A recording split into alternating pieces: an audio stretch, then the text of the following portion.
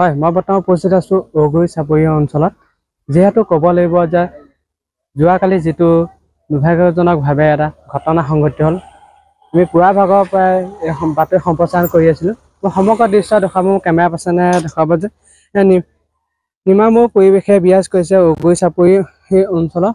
যিহেতু ক'ব লাগিব যে অৰুণাচলৰ ৰয়িঙলৈ গৈ যি এটা পৰিয়ালে এজন লোকে যি মৃত্যু সাৱটি ল'বলগীয়া হ'ল। সমগ্ৰ দৃশ্য মোৰ কেমেৰা পাৰ্চনে দেখুৱাই আছে যে সুৰজ চেত্ৰী আৰু মীনা চেত্ৰী আৰু সঞ্জু চেত্ৰী এতিয়ালৈকে মৃতদেহ সেই ঘৰখনত পোৱাহি নাই। যিহেতু ক'ব লাগিব যে সুৰজ চেত্ৰী আৰু ৰীণা চেত্ৰী মৰণোত্তৰ পৰীক্ষাৰ বাবে ডিব্ৰুগড় মহাবিদ্যালয়তে থোৱা হৈছে বুলি জানিব পৰা গৈছে। মোৰ সৈতে পৰিয়ালৰ লোক আছে, তেখেতৰ পৰা মন্তব্য ল'ব বিচাৰোঁ। কি ক'ব, এটা শোকাকুল পৰিৱেশে বিৰাজ কৰিছে অঞ্চলটো, যিহেতু তেখেতসকলৰ ডেড বডি আহি পোৱাহি নাই। কি ক'ব এইখন?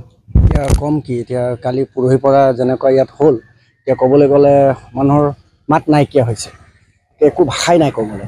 তো আমি শুনামতে তাত তেনেকুৱা ঘটনা হ'ল, 4জন এতিয়া মৃত্যু বুলি গম পাইছোঁ। আৰু এজনটো ইয়াৰ নহয়, শদিয়া বুলি কৈছে। ড্ৰাইভাৰজন যিজন আছিলে তেখেতে লৈ যোৱা হ'ল বুলি অলপ অলপ শুনিছোঁ। তাকে আমি খবৰ ল'বলৈ আহিছোঁ। এতিয়া নিজৰ সম্বন্ধৰ মানুহে হয়, এতিয়া ক'বলৈও ভাষা নাই, হ'লেও মানে বুকু কঁপি উঠে। আৰু এতিয়া কেনেকৈ ক'ম, এতিয়া ইয়াৰ ৰাইজ আছেই, আপোনালোকে গম পায়। আজি 3 দিন 4 দিন হ'ল আমি অপেক্ষাত আছোঁ কেতিয়া আহিব। আৰু কি ক'ম আৰু মোৰ সৈতে আন এজন দাদা আছে, তেখেতৰ পৰা মনত কি ক'ব, একদম বিৰাজ কৰিছে। কি ক'ব? আমাৰ ইয়াত এটা মানে শোকাকুল পৰিৱেশৰ সৃষ্টি হৈ আছে। আজি 3 দিনেই হ'ল, এতিয়ালৈকে আমাৰ মানে আহত নিহত যিখিনি এতিয়ালৈকে আহি পোৱা নাই। 2জন হস্পিটেলতে আছে, বাকী যিখিনি ডেথ হৈছে বুলি শুনিছোঁ সেইখিনিও হয়তো আজি ৰাতি আহি পাব। এতিয়া সময়টো এতিয়ালৈকে ক'ব পৰা নাই। তাত পষ্টমৰ্টেম হোৱাৰ পিছতে ইয়াত আহি পাব। আহি পোৱাৰ পিছতে চাওঁ কেনেকৈ কি কৰা যায়। মোৰ হিচাপত এই ক্ষেত্ৰত যদি চৰকাৰে অকণমান সহায় এটা কৰে, কিবা এটা অসুবিধা হৈছে তাত, চৰকাৰক অকণমান হেৰি কৰিছোঁ যে সোনকালে হেৰি কৰি দিয়ক, সহায় কৰি দিয়ক এইটো পৰিয়ালক। আমাৰ এইটোৱে আৰু কৈছোঁ চৰকাৰক। হয়, নিশ্চয়কৈ শোকাকুল পৰিৱেশে বিৰাজ কৰিছে ঔগুৰি চাপৰি অঞ্চলত। যিহেতু ক'ব লাগিব যে তেখেতসকলৰ মৃতদেহ এতিয়ালৈকে আহি পোৱা নাই।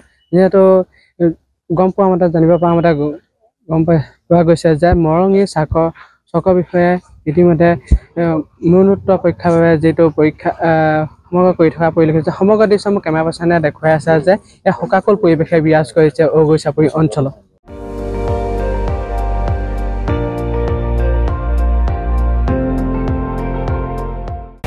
আপুনি চাই আছে ND24, সৰ্বশ্ৰেষ্ঠ নহয়, সৰ্বোত্তমৰ দৌৰ।